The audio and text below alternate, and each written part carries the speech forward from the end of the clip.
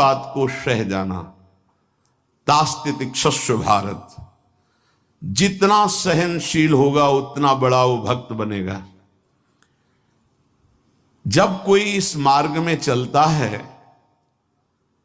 तो उसके सामने इस बात की परीक्षा आती है, तुम कितना सह सकते हो। जब आपको बुरा लगना ही बंद हो जाएगा तो आपको भगवान परमानंद प्रदान करेंगे। जब तक बुरा लगता है तब तक साधन करो और उस बुराई को सह जाओ। जो आपसे कोई गाली दे रहा है, अपमान कर रहा है, निंदा कर रहा है, या काम क्रोध लोभ कुछ भी, सह जाओ, चुप रहो, शांत रहो, सह जाओ। नहीं, किसी से कह देते हैं तो हृदय थोड़ा खाली हो जाता है, तो कहते हैं यहां नहीं होगा। रहीमन मन की मन व्यथा रखिए मन में गोए, ये दिव्य सिद्धांत है। कहू ते कछ दुख घटी होई, कहने से दुख कम हो जाता है। पर काहि कहो यह जान न कोई, पर किससे कहूं, इस बात को कौन जानेगा। तो रहीमन मन की मन व्यथा रखिए मन में गोए, सुनी ठलई हैं लोग सब बांट न ले है कोई। विनोद होने लगे, तुम्हारा मजाक बना देंगे लोग। सहनशील, बहुत गंभीर। वैसे भी साधुता की जब बातें आती है तो सहनशील, आशय, उदार, धीरज सहित विवेकी, जहां देखो तहां तितिक्षवः पहला शब्द है साधु के लक्षण का। यहां कह रहे हैं दो बातें भक्त की पहली पहचान। पहला, सहनशील कितना है। लोग उसे बुरा कहेंगे, उसकी हंसी उड़ाएंगे, उस पे कटाक्ष मारेंगे, उसका अपमान करेंगे, उसको छोड़ देने की धमकी देंगे, उसको लड़ने के लिए उत्साहित करेंगे। उसकी पराजय भी हो सकती है, पर वो शांत गंभीर, अपनी अंदर की वृत्ति को कभी विचलित ना होने दे, सह जाए। बहुत ध्यान देने की बात है। भजन करके उसे बचाना कठिन, बचा के पचाना कठिन। ये है भजन करना और उसको बचाना और उसको पचाना। आपको बुरा कहेंगे, पूज्य बाबा कह रहे हैं, हंसी उड़ाएंगे, आपके कटाक्ष मारेंगे, बड़ा भजनानंदी बनता है, किसी से तो बात ही नहीं करता है, अपने को कुछ ज्यादा ही भगत समझते हैं क्या। ऐसे क्या क्या कटाक्ष करेंगे, आपको लड़ने के लिए उकसाएंगे, उत्साहित करेंगे कि आप लौट कर उनको जवाब दीजिए, लड़िए। वो ऐसा महसूस करवाएंगे कि आप हार गए, चुप हो गए, आप दब गए। चुप हो जाओ, हार जाओ, हरि को हरि नाम, मौन होकर चुपचाप सह जाओ। इस गुण से अध्यात्म की उन्नति बहुत जोर की होती है। सहिष्णु, सहनशीलता, तितिक्षा, इनको एक ही शब्द के पर्यायवाची है। सहित सहित बाढ़े भगति गृह तन गुरहित गार, सेवक जी महाराज कहते हैं। और जिसके अंदर सहनशीलता नहीं है तो वो केवल परमार्थ का आडंबर करेगा, स्वप्न में भी आध्यात्मिक उन्नति नहीं हो सकती। जागृत की तो बात जाने दो, पकड़ लीजिए। सबसे पहला लक्षण सहन करना। ये आप संकल्प कर ले कि जीवन में सब कुछ सहन करना है मुझे। जो सह गया सो साधु, जो टूट गया वो विषयी। यही बात हमको एक शराबी ने समझाई थी ब्रह्मावर्त बिठूर में। देखो तिल तिल ये छवि काटी गई तो आज भगवान बन के पूज रही। बच्चा टूटना नहीं। क्या भगवान का बाहरी स्वरूप था। वो बाहरी तो ऐसे मदिरा पान की एक लीला करते हुए दिखाए, लेकिन जब उपदेश मिला तो प्रणाम करके अंदर सोचा भगवान न जाने किस स्वरूप में, और वो शब्द जीवन में नहीं भूला। खास बात होती कि जैसे ऐसे कोई बोल रहा है तो वो शब्द जीवन में नहीं भूला। टूटना नहीं, टूटना नहीं, कैसी भी परिस्थिति हो टूटना नहीं। यहां भी कह रहे जो सहिष्णु नहीं, सहनशील नहीं, वो आध्यात्मिक उन्नति जागृत की तो बात जाने दो, स्वप्न में भी नहीं होगी। कुछ नहीं हाथ लगता, आडंबर केवल रहता है। अतः भक्त को अधिक से अधिक नाम जप के द्वारा ये शक्ति बढ़ानी चाहिए सहन करने की। कितना भी कुछ भी अंदर कोई विकार, मनोवेग, वाणी वेग, उदर वेग, जनेन्द्रीय वेग, कोई भी वेग, सब चुपचाप सह जाओ। ये मार्ग है सहन करने का, सहन करने का। भगवत प्राप्ति का जो मार्ग है वो सहन करने का मार्ग है। शांत, अपने मन की बात किसी से भी मत कहो। कहो तो केवल प्रभु से कहो, अगर कहना ही है, नहीं तो कहने की जरूरत नहीं, वो देख रहे हैं, उन्हीं का विधान रचा हुआ है, उनसे क्या कहना। वो भोरी सखी का एक पद में है ना, दिल दे करके दिल की सुख दुख की बातें क्या कहना, जब दिल ही दे दिया तो क्या सुख दुख की बातें कहना। पहला तो ये हुआ सहिष्णु, सहनशीलता, और दूसरा नाम जप। ये दो से भक्त की पहचान, दो चीजें। निरंतर नाम जप हो रहा है कि नहीं, हर प्रकार के आक्रमण को आप सह रहे हैं कि नहीं, बस यही भक्ति की पहचान। और तो सब लक्षण आ ही जाते हैं। नाम में जितनी अधिक शक्ति है उतना कोई वर्णन ही नहीं कर सकता। इतनी अधिक अचिंत शक्ति नाम में है।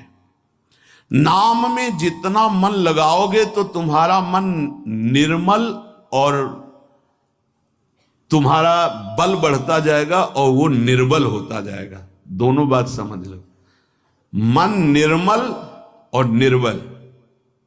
निर्बल तुम्हारे अधीन। अभी क्या है, मन बलवान और हम उसके अधीन हैं, और मन मलिन तो हमको संसार में फंसा रहा है।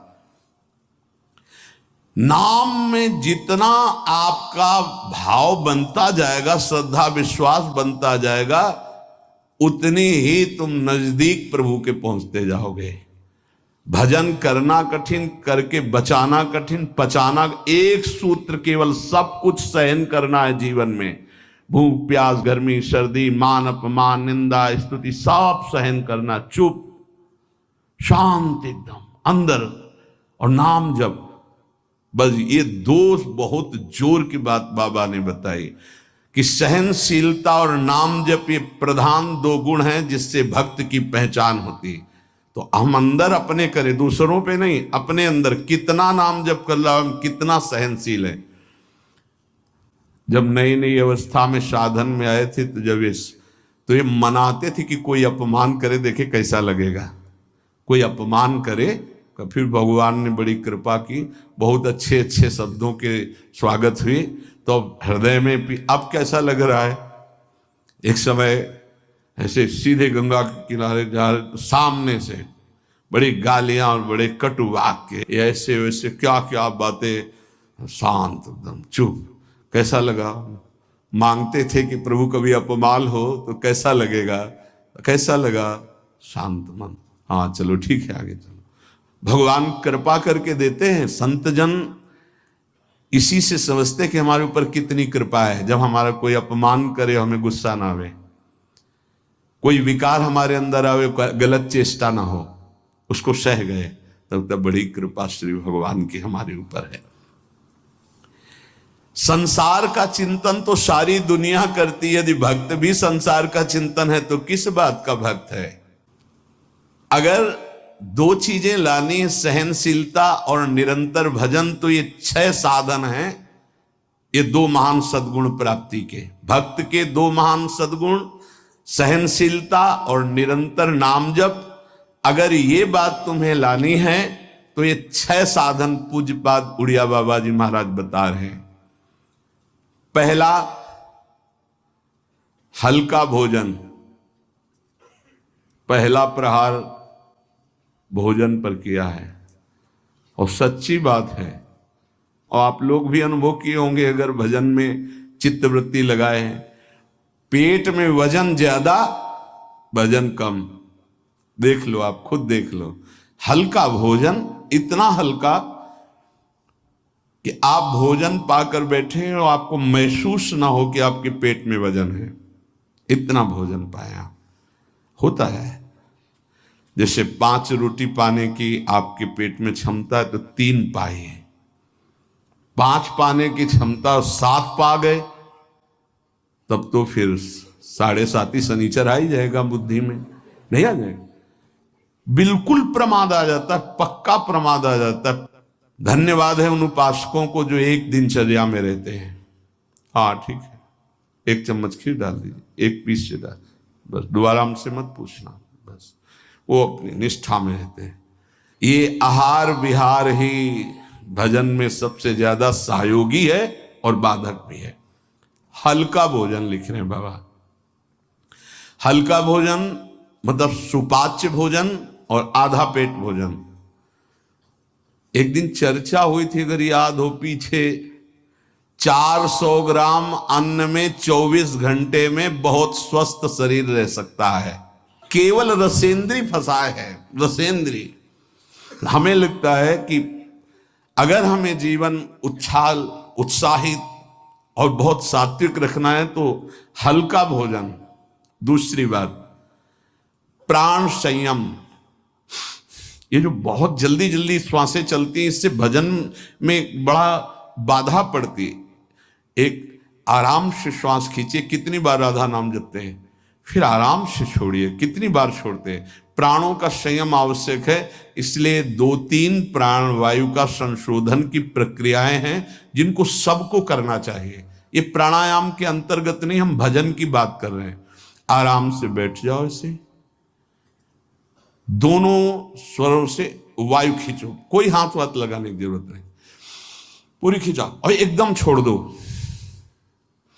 7 बार किया एक बार में, 4 बार ऐसा करो, आप देखना एक ये प्रक्रिया है, कोई हाथ लगाने की जरूरत नहीं। प्राणवायु का संशोधन, खींचा, रोक लिया, नाम जप कर रहे हैं, एकदम प्राण व्याकुल, छोड़ दिया। एक ये है आंतरिक कुंभक और एक बाह्य कुंभक, खाली किया, नाम जप करे बैठे, फिर तुरंत खाली किया, फिर रोक लिया, इसे बाह्य 3 बस कर लीजिए। आप देखिए आपके फेफड़े, आपकी छाती, आपका प्राण संयम। कोई हम ये नहीं कह रहे ऐसे ऐसे करने की, और ये मात्र 2-2 मिनट का अभ्यास कर लीजिए। क्या जाता है ऐसे आराम से बैठ के, कोई जान भी नहीं रहा कि आप प्राणवायु का संशोधन कर रहे हैं। पर मेरुदंड सीधी होनी चाहिए।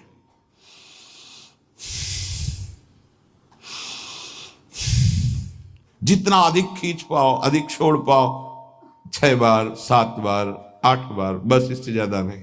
और ये 4 बार दिन में, एक बाह्य कुंभक, एक आंतरिक कुंभक, ये 5-5 बार कर ली। आप देख लीजिए आपका प्राणवायु कितना, जितना प्राणवायु पवित्र होगी उतनी सुंदर अन्न पाचन क्रिया होगी, और उतना ही आपके मस्तिष्क में एक गुदगुदाहट सी, एक ध्यान करने की इच्छा होगी। मंत्र जपोगे तो एक प्यारा लगेगा। अब जब प्राणवायु किसी के देखो ना, एकदम अगर एकांत कमरे में हो तो ऐसा लग रहा है जैसे धौंकनी चल रही, क्योंकि स्थूल प्राणवायु है, उसकी आवाज अलग ही सुनाई देगी। प्राणवायु का संयम, भोजन हल्का और प्राणवायु संशोधन कृपया जरूर करें, चाहे वृद्ध शरीर हो चाहे जवान शरीर हो, ये जरूरी है प्राणवायु का संशोधन। अपने तो किडनी खराब हो गई, तब से बंद हो गए, नहीं तो 45 मिनट केवल प्राणवायु संशोधन होता, तो 45 मिनट व्यायाम, और उस समय केवल भगवदा का नाम चलता था। 1 सेकंड के लिए ऐसा नहीं कि प्राणवायु संशोधन करें, नाम छूट जाए, या व्यायाम कर रहे नाम छूट जाए। तीसरा, कम बोलना, क्योंकि नाम चलाना है और सहनशील होना है। देखो, जब हम अपनी कमजोरी किसी से कहते हैं तो कमजोरी हम पर बढ़ती है और दूसरा हमारा उपहास करता है। इसलिए अपनी कमजोरी तो बोलनी नहीं, और कोई बात भी करने की जरूरत नहीं है। थोड़ा बारा व्यवहार में आवश्यक हो तो उत्तर दे दीजिए, कम बोलना सीखें। उपासक जब अपनी रहने पे रहता है तो हमें लगता है कि धन्यवाद का पात्र है, जो अपने को जलाकर प्रभु के चरणारविंद तक पहुंच रहा है। बहुत कठिन विषय है, प्रणाम है उसको जो अपने को जलाकर आगे बढ़ रहा है। कम बोलना, तीसरा। चौथा, किसी से कोई भी इच्छा न रखना, न व्यक्त करना। ये 2 महान सद्गुण आ जाएंगे, सहनशीलता और निरंतर भजन। किसी से कोई इच्छा, आप आज क्या पाएंगे? नहीं, आप क्या पाएंगे? जो श्री जी की इच्छा। नहीं, वैसे आपको पसंद क्या है? राधा राधा राधा। नहीं, भोजन में क्या पसंद? यही आहार है हमारा। कभी भी कोई शब्द ना निकलने पाए तो आज फिर मुंगोड़ा बन जाए, ऐसा नहीं। कोई देखो, अगर आपको वास्तविक मार्ग को प्राप्त करना है तो सिद्धांत है, कोई भी इच्छा है भी तो प्रकट नहीं करना हो। आप देख लेना, अगर श्री जी को मूंग के मुंगोड़ा ही पवाने हैं ना प्रसाद में, तो आपको मिल जाएंगे कहीं ना कहीं से। मांगने की जरूरत नहीं, कहने की जरूरत नहीं, इच्छा व्यक्त करने की जरूरत नहीं। पांचवा, जो इंद्री बहुत लालायित हो गई और उसका विषय आ गया हो तो उसका संसर्ग ना होने देना।